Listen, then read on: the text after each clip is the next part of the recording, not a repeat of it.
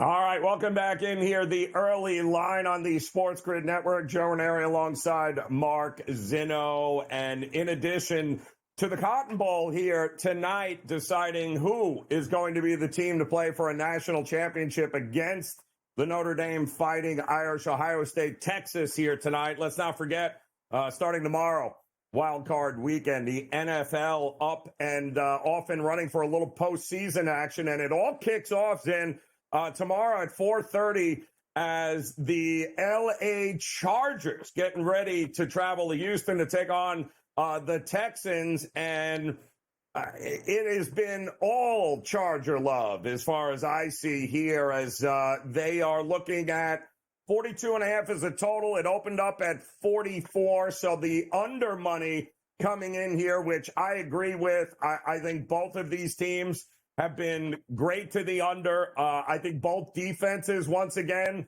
could very well be the story in this game. And let's not forget the way Harbaugh likes to play, right? He likes to choke it out of you here where you can't. You don't have enough time to come back and beat them. So how do you see this going here early on? With is this finally the year Herbert breaks through? It's not like he doesn't have the talent.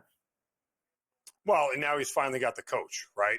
Brandon Staley is not on the sidelines anymore to blow a 27-3 lead. So there is that. But look, the Texans are one of two teams in this playoffs without a positive point differential on the season. And that ought to tell you all you need to know about a team that was probably overrated for a better part of this year, now is dealing with injuries. I get C.J. Stroud is extremely talented and a quarterback who can beat a lot of teams in this league.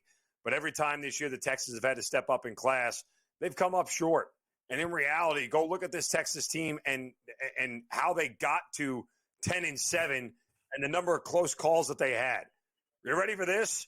They beat the Colts twice by a combined 5 points. They beat the Jaguars twice by a combined 7 points. I mean, they had one-score games against the Titans, for crying out loud. Like, this is not a team that's separated from anybody. And so when you look at this Chargers team coming in here, a team that runs the ball really well, plays a ton of defense, and knows how to get after the quarterback and is extremely well coached, I get why they're a 2.5-point favorite. Look, a lot of other books have moved to 3 already and gotten to a key number here where, you start to see things level off a little bit from a ticket and money perspective. But, the game script for Houston to win this game is somehow to score a ton of points. We keep talking about correlation. If Houston only scores 20 points in this game, I don't think they win this thing. They got to get to like 24, 27 and force a Chargers offense that for the most part has been consistent but lacks firepower, has been solid but doesn't have a lot of quick strike ability. You have to get them playing from behind and ask them to start throwing their way back into a football game. If the Chargers are leading by 3 or 7, guess what? They're going to continue to grind. They're going to continue to slow the pace down, slow the tempo down, play a field position game, and do what Jim Harbaugh always does. Remember the good old Michigan days? They're willing to go toe-to-toe with you and stand there and grind it out for 60 minutes. So, and then when it comes down to it, ask your quarterback to make enough plays, and he's got a capable one. 23-3 touchdown to interception ratio. That's what Justin Herbert has done this year. In the meantime, C.J. Stroud, to me, the hardest thing about backing this Houston team is this offensive line is a mess. He has been under duress the entire year. He's turned it over 14 times. Now, call it a sophomore slump, call it whatever you want. But the reality is, I think a lot of that correlates to the fact that you can't protect him. You've got a Chargers team that has scored 108 points in the past 3 games. And I believe the return of J.K. Dobbins really has kicked it and re-energized this Chargers team, who was lacking a little punch without Dobbins in the lineup. I don't love the matchup for Houston. I really don't. That's the problem I have here. I can't trust an offensive line and a quarterback that is running for his life and has got to be gun-shy at this point because of how many turnovers they've had. And don't forget, when they had an opportunity a year ago against the Ravens in the playoffs, boy, that did not work out well here. Either way, I'm with you. I don't think Harbaugh will show anything more than he has to. which in likelihood will be just enough to win the game, get the cover, and get out of Dodge and advance. He has been here and he has done this before. Oh, boy, is it tough to back Houston in this spot. But I do like the under, including the first half under in this one here. All right, we got many more wild card weekend games to go with. We got a whole nother hour of the early line together. Come back and join us here on the grid. And welcome into the early line on this Friday now, January the 10th, as we have got so much going on around the sports landscape as we get that much closer to crowning a national champion. We had a great game in the Orange Bowl last night, one in which has sent Notre Dame to play for a national championship game in Atlanta for the first time since, well, forever, 2012. And tonight, we've got a Cotton Bowl matchup, Ohio State taking on Texas. Two more blue blood programs get to go at it. We've got a ton in Wildcard weekend coming up in the NFL. We'll break those games down, not to mention getting really good in college basketball, too, as conference play alive and well, and some huge matchups coming up this weekend here. We'll dive into that. We'll talk a little NBA. I'm Joe Raineri. He is Mark Zinno. I mean, we got a little something for everybody this weekend, Zin. Yeah, jam-packed to say the least. And by the way, this week of the college basketball card has been phenomenal. Between Tuesday, Wednesday, Thursday, we had some huge major games going on in major conferences. Been a lot of fun. So we're getting hot right at the right time in college hoops. And, with this Super Wildcard weekend and the national championship coming up, it's going to continue. So great time of year to be on the sports betting calendar. Oh, it really is. Gotta love it here. And we just talked and finished up talking about the first game in Wild Card weekend, that being Justin Herbert taking on C.J. Stroud, the Chargers, and the Texans. The other game tomorrow, 8 o'clock Eastern Time kick, is going to feature, of course, two teams that know one another pretty well. The AFC North battle between the Pittsburgh Steelers and the Baltimore Ravens. Now, a lot of people have been gasping at the idea that the Ravens are almost a double-digit favorite here. The total, though, is really the thing that has seen the most steam throughout the week. This thing opened up 46 and a half. It is down to 43 and a half. This will be in Baltimore. It will be cold. It'll be exactly what you expect in an AFC North battle here. But the problem is, it feels like I've got one team on the rise and another team on the decline. And the Pittsburgh offense is worrisome, to say the least. So 9.5 points, are they 9.5 point favorite for a reason? Well, it's more of a reflection of how bad the Steelers have been as of late. Let me rephrase that. The Steelers' struggles as of late. The Steelers haven't been bad at all this year. They've just struggled offensively to put up points. And, some recency bias on the Ravens who continue to, maybe have the prohibitive MVP on their team and Lamar Jackson and put up points at will on everybody. Plus, we just saw this matchup a couple of weeks ago, and it's pretty one-sided, right? Like, that's, the recency bias of that whole thing is still probably playing into this just a little bit, as it was, 3 weeks ago that the Ravens beat the Steelers 34 to what was the final game? Where was it? 34-2. What was the final? 17, I believe. Wasn't it? Yeah. It took me a second to find it there. Apologies. But so here's the thing. Like, the Texans, the Steelers come into this game losers of 4 in a row. How often has Mike Tomlin lost 5 in a row? Not often in his career, if ever at all. In the years I covered this Ravens team for a decade, I've never seen a spread this big between these two teams. And it certainly hasn't been this big in the last 4 or 5 seasons either. So it's pretty telling that odds makers are posting this number here. If the total is coming down, it's because people believe one of two things. Steelers could keep this close and they're going to stay within a number, or it's a flat-out 30-7 blowout, and that's the end of it, right? Like, that's the only other way this thing stays under, because if the Steelers get to 17, it's got to go over. You can't get this. You're asking for a really tight window for this thing to fit in an under where the Steelers get more than 14 points. It's just really hard for them to do it because the Ravens are probably going to be pushing 27 or more higher. Now, that said, again, I look at the game, And is there a game script where the Steelers can figure out a way to win this? Absolutely, they can. I mean, it's not in Pittsburgh, but these are two teams that know each other really, really well. And the other big part of this, Joe, is that Arthur Smith, the Steelers offensive coordinator, if he wants to continue to be named in head coaching circles here for another job, he's going to need to figure out a way for this team to score points this week. And that's ultimately what it boils down to against this Ravens defense. Yeah, I agreed with the total move. I thought it was too high to begin with, Zin, but I agree with it even more now that we have confirmed by John Harbaugh and the Baltimore Ravens that they will be without their top wide receiver here in Zay Flowers. He has been ruled out because of the knee injury that he sustained in that last game against the Cleveland Browns. I mean, this guy is a game changer, and you know what?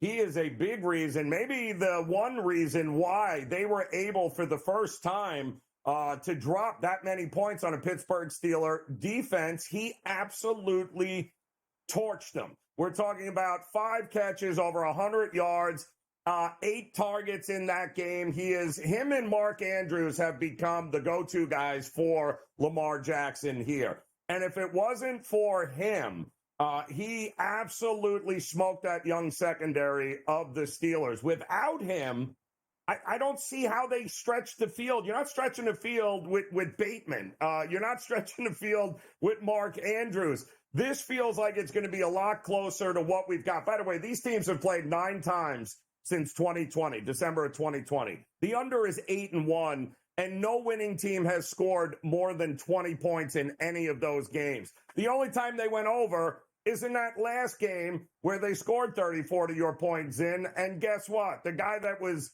mostly responsible for helping them stretch the field is not playing in this game. I think that is a big loss for Baltimore. But having said that, Arthur Smith and Pittsburgh, we haven't seen them score more than 17 points. And that was against the terrible Cincinnati defense. Can they flip the switch? That's the big question. Which Russell Wilson shows up, Sin?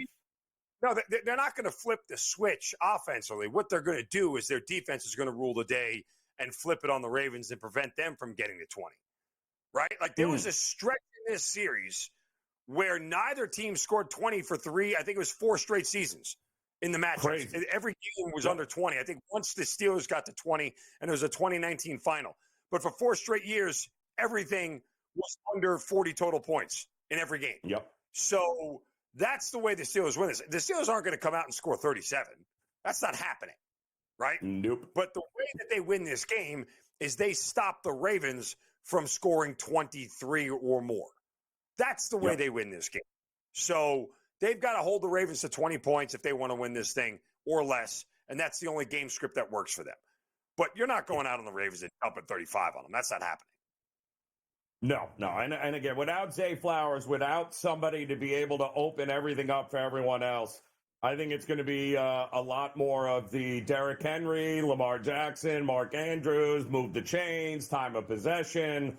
I think it's going to be a typical what we've gotten over the years between Harbaugh and Tomlin. And in fact, Lamar, too, if we look at some of his numbers here, over 1.5 passing touchdowns, 49.5 rushing yards seems a little light to me there. Does it not, Sin? I mean, again, typically against the Steelers, he hasn't had big games. You know, like these aren't eye-popping numbers that you see against the Steelers defense. So, you know, they know him very well. They know what he does. They know how to spy him. They know when he takes off. They know when he doesn't. Mike Tomlin has been playing against this quarterback for a long time now. And the fact of the matter is that, you know, if there's anybody who can lock him down, it's the Pittsburgh Steelers. Feels like a lot of unders possibly in this one here for Lamar Jackson and the props. Could be a good time for an anytime touchdown, though, with a few guys in that game. I can tell you this, in the Buffalo Bills and Denver game, the Broncos, we'll talk about that next. I think that's going to be the opposite of the Steelers and Ravens. We'll have more on that on the early line next here on The Grid. Wild card weekend, it is almost upon us here, and we've got you covered on the early line. Joe Raineri alongside Mark Zinno here on the SportsGrid Network as we're going to head to Orchard Park and the Buffalo Bills get ready to take on. I got nothing but good things to say about what Sean Payton and Bo Nix did together this year. Rookie quarterback. Nobody saw them winning even 6 games, much less 10 games, and finding themselves in a spot here as in a playoff game. But that's exactly where they are. We saw Buffalo get steamed up early in the week. Now we're starting to see a little more Denver money come back into play. 47.5 is the total. I'm not seeing any crazy Orchard Park weather, not 40-mile-an-hour gusts, -3 or snow. I'm not seeing any of that just yet for this game. But what I do see is one quarterback and one team that has been there and done this before, taking on a team that is making the playoffs for the first time in 8 years with a rookie quarterback. And I think experience matters this time of year. What do you think about this number at 8.5 with the Buffalo Bills? It's what I've said all along this entire season. Not only does Josh Allen have to overcome the team that he's playing on the field, he also has to overcome his own head coach. And that's my biggest concern here. There's a major coaching advantage for Sean Payton over Sean McDermott. That's really what it boils down to. McDermott has been part of the reason why the Bills haven't gotten over the hump in the last couple of years. He's been out-coached. He's been out-prepared. And I'm not giving a pass to Josh Allen per se, but it's a bigger part of the reasons why they have lost games, particularly home games. So do I have a little bit of concern about the Buffalo Bills here? A little bit. They're my pick to win it all. But I think when push comes to shove, I just don't know that Denver has enough offensive firepower to play in a shootout with the Buffalo Bills. And clearly there is a large gap in quarterback. You go back to, again, Joe, first-time quarterbacks making their first ever start in the postseason and how big of a difference it is between teams with starting quarterbacks and playoff experience versus teams that don't have it. You look at first-time quarterbacks making their first-time playoff start, 19-38 straight up. When the less experienced quarterbacks play on the road, they're 11-21 straight up, including 12-19-1 against the numbers. So the big part about this is, do you believe the Bills are going to win by 2 scores? Probably, but is there a world where the back door is open for Denver to sneak in late in a 27, 13 kind of game where they get into a 27-20 kind of deal? Maybe. Yeah, I think that could be very possible. But Buffalo should theoretically run away with this one. And especially at home, they should be able to overwhelm Bo Nix. It's funny, too. The stat I think I saw was that, and I do think this will get back up to 9.5 when it's all said and done, mostly because I think you got to have that teaser protection in there, not giving folks an opportunity to tease Buffalo down under a field goal, because we all know that's a very likely situation here and is one that I might very well, if I can get it, Zin, be looking to tease Buffalo down under a field goal. But home favorites of 9 or more points over the last couple of years, 10-1 against the number at this point. So what it tells me is that if you are that big a favorite at home at this point in the season, you're that big a favorite for a reason here. I also like the overs in, which also leads me to Josh Allen props that I think probably go over across the board. I think he goes over on his rushing prop. I think the passing yards prop, as long as the weather is intact, I think that's alive. And would it shock us if he had over or had at least 2 touchdown passes here? I think all of that is legit overs in this game. Yeah, again, look, if the Bills are going to win it, it's going to be because Josh Allen is a big part of what they do. Whether it's an anytime touchdown, which we've seen him get a lot of this year, passing touchdowns, again, all this stuff should be in play. And as you said, the weather is not going to be too much of a hindrance here. So, and it's not like anything Josh Allen's not used to playing at this point. For crying out loud, he came from Wyoming. So he's been playing in cold weather, snow and wind his entire life. But if Josh Allen isn't over 230 passing yards, I'd be pretty surprised. In any game, right? Like, there's not a game where the Bills just hand the ball off 35 times and go, here, James Cook, here, Ray Davis, go win us this game. like Allen is going to be a big part of it one way or another. Yep. Like 230 seems crazy low for me to look at as far as his passing yards prop. I agree 100% in that one. Good news, though, has also come out as we're hearing that Jalen Hurts, full participant in practice for Philly as they get ready to take on Green Bay, and Jordan Love, who looks like he is a go for this one as well. 4.5 Zin, 45.5. I don't know that I love the over, but I kind of liked Philly whether Jalen Hurts played or didn't play in this game. What are you thinking? Agree. This is the one side I feel pretty much the most confident on, that Philly's going to win this one rather handily. And in particular, Philly in the first half, right? Like, Ooh. Well, what has Green Bay done in every game where they've had to step up in class? Go look at the games that they've lost, right? They got down early, big to the Eagles in the first game. Down to when they lost to the Lions 24-14, it was 17-3 at halftime, Detroit. When they lost to the Lions the second time, it was 17-7 in favor of Detroit. When they lost to the Vikings the last time, it was 13-3 at half, right? Like, they've had to do a lot of scrambling in games where they've had to step up in class. So I think the Eagles get out early. I think they lead early. Green Bay may make this tight at the end, but Green Bay ultimately pulls away and covers this thing. And you're right, and it's a great point by you. The Green Bay Packers have done great against 500 or less teams all season long when they've had to step up in class, namely in their own division.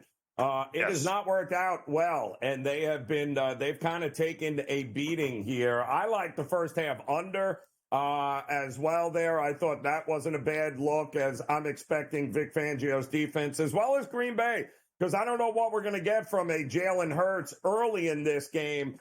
Hadn't played a little while coming out of that concussion protocol, so definitely looking at the props in this one as well. All right, we got much more for Wildcard Weekend. Come back and join us here, the early line on the SportsGrid Network.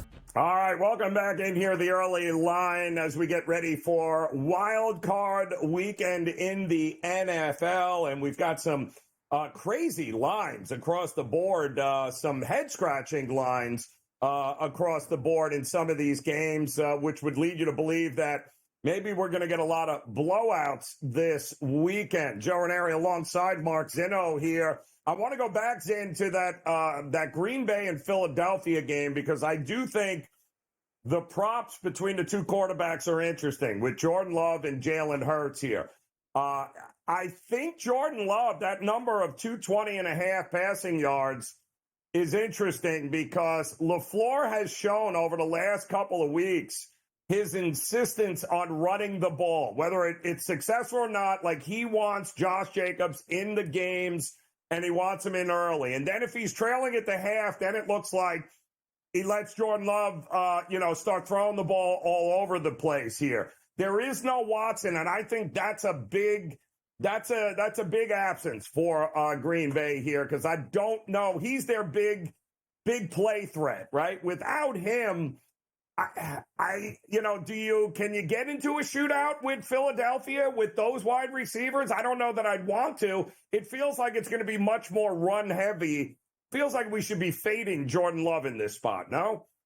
Yeah, I mean, look, I think if you're looking for this thing to go over, you're hoping the game script develops exactly what I just said last segment about Green Bay falling behind early and having to throw their way back in the game, right? That's the most likely scenario where it happens. I believe it or not, I think Tucker Kraft is actually the beneficiary of Watson being out. They will look to more tight end, routes and things underneath with their inability to stretch the field, and Tucker Kraft may be the beneficiary of all that. But still,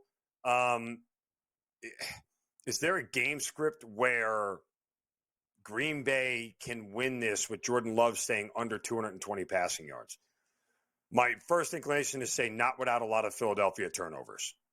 Right? Like, that's kind of what you feel. You're asking the Eagles to make a lot of mistakes, and for Green Bay to just take advantage slowly and methodically throughout the game by kicking field goals and just staying within a score or staying ahead by 3 or 4 points, keeping themselves in front of the sticks as best they can. But, that's a tough game script to fill out there. I mean, it really, really is that if Jordan Love isn't successful through the air, that Green Bay looks like they're winning this game. Feels like it's the Josh Jacobs versus Saquon Barkley game to me there, and I'd be more inclined to look at maybe some of those rushing prop numbers with those two guys. All right, we talked earlier here, Zin, about rookie quarterbacks. We talked about Bo Nix having to go on the road to Orchard Park to take on Buffalo, and how Buffalo's got all the experience, including at the quarterback spot. Well, same thing here in Tampa, as kudos to Dan Quinn and the Washington Commanders, who great season, rookie quarterback. Nobody saw them doing what they've done. And here they are in the postseason for the first time, and it feels like forever, taking on a very experienced Tampa Bay Bucks team and a quarterback in Baker Mayfield that has been here before. I couldn't imagine sweating out an under in this game, but I also can't imagine backing a rookie quarterback as good as he was this year in Jaden Daniels. I just can't do it. Yeah, I'm with you. I'm not wanting to back Jaden Daniels, a rookie quarterback on the road against a guy with playoff experience and playoff wins under his belt. Not only that, a rookie quarterback with a defense that's got a very porous secondary, right? Like that is you're asking this young man to continually throw and have to put the team on his back to get them forward, or get them back in the game is a really bad game script for a rookie quarterback in their first postseason start, right? You kind of want it to be very slow, very methodical, and you want the running game to sort of help him out a lot. I don't know if that's the case because the Buccaneers are really hard to run on. You want to beat the Buccaneers, you got to do it in their secondary. And that's not to say Jaden Daniels is incapable of doing that, but again, there's going to be some nerves, some jitters for him going into this start in this game and trying to win the thing. So, again, I am someone who looks at things from a game script perspective, and I try to write a game script for the Commanders here to be able to win this thing. And I just don't know if it's one that they do well, which is rely on the run, rely on the defense, and get to Baker Mayfield, right? Like they don't really have a consummate pass rush that's going to make Baker Mayfield uncomfortable and force him into some mistakes. If you can do that, you got a shot to be in this game. Yeah, Mike Evans, they're hoping to get Marshawn Lattimore back. The Commanders are. That'll be fantastic, seeing those two line up against one another, as well as Jalen McMillan. We'll have more on this. We'll welcome in our good friend Mike Blewitt next here on the Early Line. Welcome back in the Early Line here on the SportsGrid Network as we are getting ready for Wildcard weekend. And there are a lot of wildcard teams, I think, in this year's schedule that, heck, the odds may be a little crazy, but anything is possible in the playoffs, and we know this. We welcome in our good friend Mike Blewitt. He knows it better than anybody here, as Mike and I have done in-game live on Sundays, and we have watched all of these teams throughout the year. And every one of them at some point, Mike, we have scratched our head at some point going, are you kidding me? And yet a lot of those teams are in the playoffs right now and are going head-to-head this weekend. Yeah, pretty unique year in that I think we would all agree that we like some teams. We think they're strong, but there's warts with everybody. You can like Philly or Detroit in the NFC and also pick them apart through injuries and other shortcomings. And in the AFC, the team that's won back-to-back Super Bowls and is going for a three-peat has looked like crap on offense for most of the year, but that's not why they're winning games, and they're a team to back. But they're not playing this week, so we'll move on to Chargers and Texans. Yeah. Well, it's an interesting one. Kicks it off tomorrow there, 4:30 Eastern time kickoff in Houston.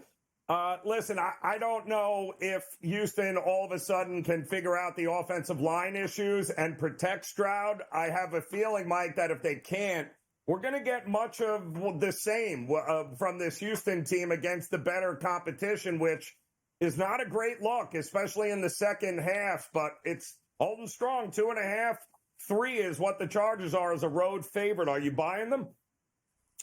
I am buying the Chargers. I would say that whether it's over the course of a season or over the course of a game, it's very difficult to expect a team to be playing a certain way and then all of a sudden turn it around.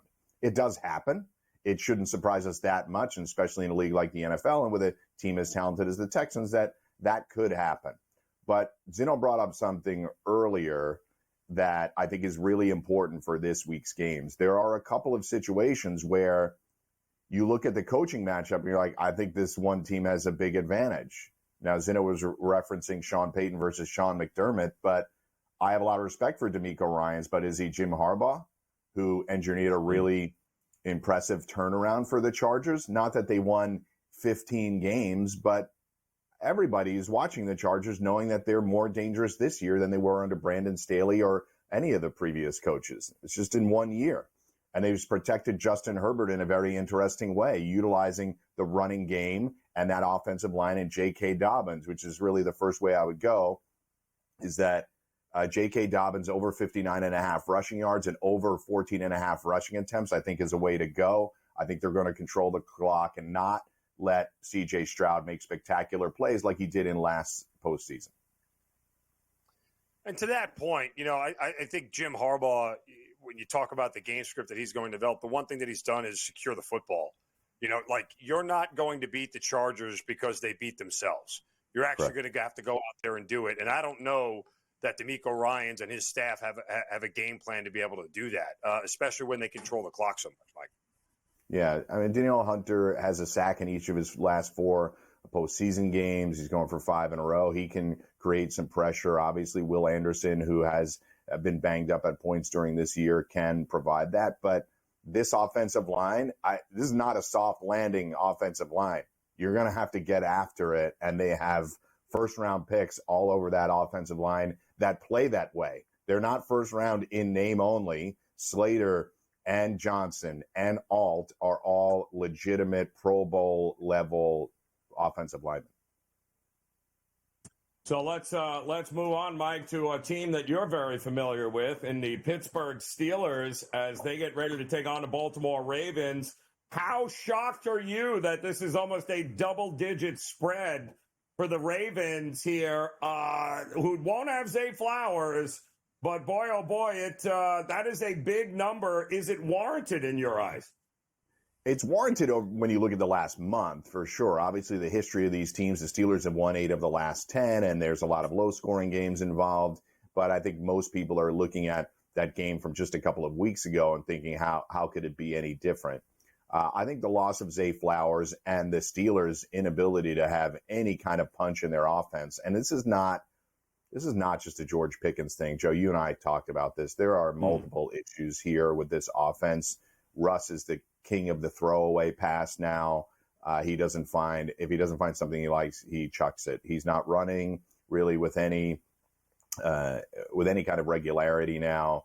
I don't think they help Najee Harris out at all in the way that he needs to be helped out. A lot of very predictable short yardage and first down runs do not allow him any space at all. So I expect a low-scoring game here, though. So 9.5 when it's low-scoring, I'd shy away from that. I could see the Ravens covering here, but the Steelers with that number historically under Mike Tomlin, that's a lot of points to lay. I'd be afraid to lay those points, especially when I'm expecting an under kind of game. I mean, what's the number here, Mike? I said earlier, if the Ravens get really past 21, I don't think the Steelers have a shot to win the game. Now, they can still cover it to a certain extent, but if they want to win this game, there was a stretch, I was telling Joe, for a 4-year span where only once did either team get to 20. The Steelers won a 2019 game, but for 4 straight years, everything was under 40. So that's the only game script for the Steelers to win this thing. Agreed, but you know what's going to happen. They'll fail in the red zone, and Chris Boswell, who's basically the team MVP this year, will be out there kicking field goals. So 21-13 is probably a good number where you're under. The Ravens almost cover, but not quite. So that's really the heart of it. And the three of us talk about this a lot. If you're expecting an under game, you can't lay this level of points. You want the Ravens 20-10, and you want to thread the needle on an under and a cover. Be my guest. It's just a very difficult thing to do. This is the game, guys, that amongst all of them, and it's not my fandom speaking, I'm having the toughest time on props, player props, because I expect so many unders. You can certainly bet unders on Najee or Derrick Henry, whose number is all the way up to 100. The Steelers have been pretty good in containing him historically, but he did get over that number the last time they played. So should be a good one there. I know a lot of folks, and the money's come rolling in on Denver here as the underdog, taking on Josh Allen in Orchard Park, down to 8.5, as high as 9.5 during the week here, Mike. 47.5 is the total. I think that number is a little low. What do you think of this game? Yeah, I think it could be. Obviously, the elements could play a factor. This is the one that you and I will have live on Sunday. Josh Allen's playoff numbers, you guys were discussing a little bit of it earlier. His rushing total, the 42.5, in 10 career playoff games, he's gone over that 7 times. And he's done it both times last year. The year before that, when the offense completely fell apart and was broken and they got blown out by Cincinnati, those 2 games, Josh Allen didn't hit it. So you have to think when the offense is rolling in any kind of way, they're going to lean on him to be over that 42.5 rushing yards. He's got spectacular numbers really through the postseason. Generally not his fault that they've lost some of these postseason games. And I think Zin brought up a really good point about Sean Payton, but I don't think the Bills have to be that creative to win this. The defense is better than it was a year ago. They just have to do the basics here. It's not a spectacular receiving core, eye-popping names, but it's been effective when they need it, and they utilize backs, tight ends, receivers, all the same. All right, we'll take a look here when we get back, Mike, at some of the current AFC Championship odds, and then we'll focus on these NFC games that are coming up. Also, some interesting spreads in those as the early line continues next here on the Grid. Welcome back in the early line here on the SportsGrid Network. Joe Raineri alongside Mark Zinno. We welcome back in our good friend Mike Blewitt. Wildcard weekend is almost upon us. We just talked about the AFC side, and let's take a look at some of these championship odds here, Mike, which, again, it seems to be a 3-horse race here with the Chiefs, the Bills, and the Ravens. And quite honestly, until any one of those teams on the board can actually go to Arrowhead and beat the Chiefs, which is something none of them have been able to do, I get why Kansas City is the favorite, but is there any value anywhere else on this board here to you? Not much. I mean, certainly it is a 3-horse race. I'd be stunned if any of the other 4 teams advanced even to the AFC Championship game. So I think it's those 3. None of us should be stunned if any of these 3 teams make it. The Chiefs have not looked like their best version of themselves this year. I picked them preseason, as you did, Joe, to go to the Super Bowl. I'm still expecting that, but my confidence level has dropped some. I think the odds are indicative of that. Lamar, had he not won last year or won previous MVPs, Lamar is probably the MVP of the league based on his efficiency and some of the numbers that he's put up this year. I think the story has the hay in the barn for Josh Allen to win it, but that's kind of the story. Both of those guys are MVP candidates and can carry the teams. If I were betting on someone other than the Chiefs, it would probably be the Bills. The Ravens have fixed some of the problems defensively that plagued them earlier in the year. But it's still in the back of my head that the defensive backfield has not played up to the level that was expected over the course of the season. They have played that way, though, in the last 4 to 6 weeks. So it's a Super Bowl quality team. All 3 of them are. All right, so let's look here. Sorry, Joe. I just wanted to throw one quick on the props. Look, if the Chargers get past the Texans, right, and both the Ravens and Bills win, you get 1 versus 4, 2 versus 3. The Chargers are playing a division opponent. To a certain extent, Mike, there is a coin flip nature to that when they go to Kansas City and play the Chiefs. Would it shock you if the Chargers upset the Chiefs? Surprise me, yes. Shock me, no. I think that's fair because especially in the manner in which the Chargers would likely beat them, which is to make it a 1-score game with 5 minutes left, and then anything can happen. A blocked field goal, a tip pass. That's the way the Chargers really want to win most of their games. They'd like to put you away earlier. Which coach do you coach? The coach you would trust the most out of all of them, out of the guys who aren't Andy Reid, whether it's Harbaugh, McDermott, or John Harbaugh, I would trust Jim Harbaugh over the rest of them to go and topple the Chiefs. That's a good question. It's hard to not say John too. That's a fair argument and a fair debate. He's never done it. Didn't do it last year in his own building. Yeah, I think that's fair. Yeah, Jim would make it a rock fight. The Chiefs are comfortable in rock fights, though. That's the problem. Every time we have this sort of circular argument, you're like, people are bashing the Chiefs all season for, they should have lost the Broncos game and they should have lost this. And it's like, all right, at the end of the year, they won 2 Super Bowls in knockdown, drag out type of games, pushing it to overtime, kicking field goals, and getting stops. It's wild, the manner. I've said this a bunch of times on the show. The presence of Patrick Mahomes often distracts people from the quality of the other parts of the team. Special teams, their defense, good at all 3 levels, Chris Jones, Nick Bolton, Trent McDuffie, and more. I just think that they would be comfortable in the rock fight, but I like the way you posed it because I think the Chargers wouldn't mind being in that same scenario with them. Yeah, somebody's got to beat them. If not, it's they're holding the trophy again there. NFC, Green Bay against Philadelphia in Wildcard weekend here. Jalen Hurts back in play here at quarterback for the Eagles. Mike, what do you think we're going to get here? Heard you guys talking about it earlier. The only way I feel like the Packers can do this is getting out to a huge start. And specifically Jordan Love, not like a Josh Jacobs, we're controlling the clock. That would be interesting. But Philly doesn't get nervous in those scenarios because they're going to do it right back to you and hold the ball for 9 minutes on a touchdown drive. So it's Jordan Love getting the ball out to Reed. Dobbs, obviously Watson's out now, and getting him going early. Joe, the reason we've been frustrated with Green Bay recently is they're getting off to these bad starts, and Love isn't getting involved early. I don't think they need to establish the run. If I'm Green Bay, I'm out there. My first 15 plays are a lot of passes to a lot of different receivers. Yeah, I think I'm looking right now. It's moving too, the line. It's actually 5.5 now. We're starting to pop up. So the more Eagle money that comes in, the more it's going to be very interesting to see.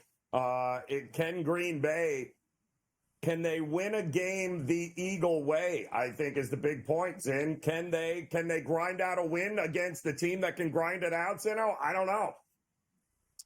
Yeah, I mean, again, I'd hate to say it, but the way to beat the Eagles sort of is through the air, and then loosen up the run game a little bit. You know, like it's you have to force them to play from behind. And get them in a negative game script. If they can just rely on Saquon with a lead, you may be dead in the water. Like just from a pure grinded out perspective, like, you know, you can't sit back and hope that the Eagles go 3 and out and you can stop Saquon. You've got to attack through the air and try to get a lead and try to take Saquon, you know, running on 1st and 2nd down out of the game plan for Philadelphia. You got it, Mike. You got to want it. Do I want a shootout if I'm Green Bay? Hell yeah. Yes. Definitely. Yeah. You do. Absolutely. Yeah. You're not you want to force Philly to have to score points with you. I'm not saying it's going to be easy to do, and the range of outcomes is low for this, but I think absolutely you want to be pushing. You want to get Philly's defense off the field and score points. It's going to be interesting. So is Washington, Tampa. We'll talk about that next here on the early line. All right, welcome back in the early line here as we get ready for Wild Card Weekend. Mike Blewitt in the hot seat here with us. And Mike, let's go down to Tampa where we got another one of these situations with a rookie quarterback taking on a very experienced quarterback and experienced playoff team in Tampa Bay. It's a field goal. What do you think we're going to get here? Well, first on the rookie side, never been a postseason to feature multiple rookie quarterbacks that have won a playoff game. So you got and Jaden Daniels out there. We'll see if they can pull off a couple of upsets. I don't think any of us like that, but it makes sense that this is a Sunday nighter. This one could be a lot of fun. I think I probably am in line with Zen in saying that putting Jaden Daniels in this scenario where he's in a full shootout with Baker, he'll probably feel comfortable at some point in it, but you're asking a rookie to try to stay clean on the road in a playoff game and not turn the ball over, and that would be really tough if he's playing from behind. The Bucs have the better run game. Obviously, Bucky Irving's numbers are kind of crazy. The prop numbers now. The expectation for him to get 90 yards, just ripping off 90-yard games in a playoff game. I'm a little startled at that. We've watched Jalen McMillan become a really nice compliment to Mike Evans over the course of the last month, and it has allowed Baker's route tree and receiver options to grow. Not only are they throwing the ball to Bucky Irving and Jalen McMillan and Mike Evans, but they've had other players as well step up. So this is a tough one. I do expect points in it, but I'd have to side with the Bucs just because they have experienced players that have been here before. Washington has obviously only won one playoff game this century. So the Bucs at least have had guys that have been here before. To that point, again, I think this game ultimately comes down to the trenches, believe it or not. For all the skill position players that are here and the quarterbacks, can Washington contain Vita Vea up front? Can they have any success running the football against a very stout front seven of the Buccaneers? And then on the flip side, if Washington finds a way to make Baker Mayfield uncomfortable, he'll make a mistake. Baker is not immune from throwing the ball into bad spaces. And so really, I think that's what it boils down to here, Mike, is whoever wins the game up front, to me, is really ultimately going to tell you how this game's going to unfold.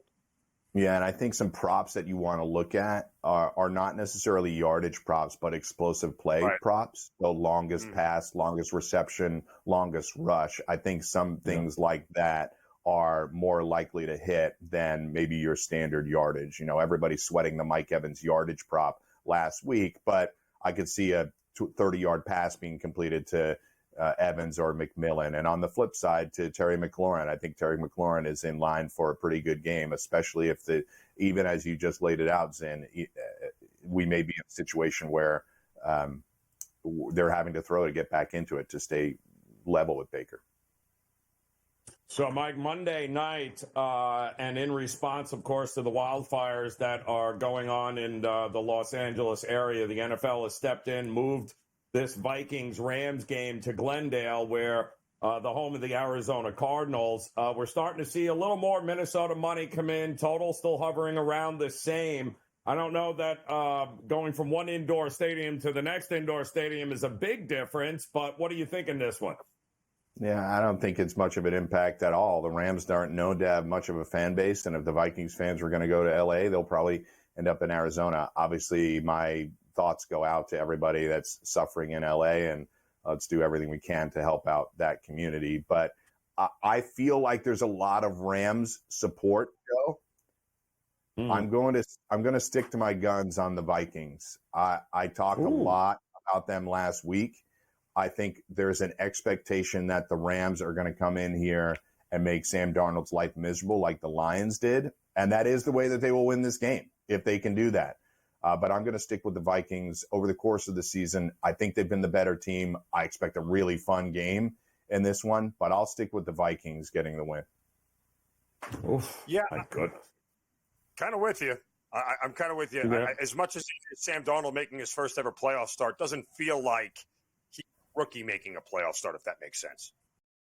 Yeah, the Vikings have just proven over the course of the year, offensively and defensively, while they're not maybe as flexible as the Lions and Philly, they're a very flexible team. They can beat you a lot of different ways. Low-scoring games, high-scoring games, they're in the mix. And Stafford is a very worthy opponent, but I think the Vikings get it.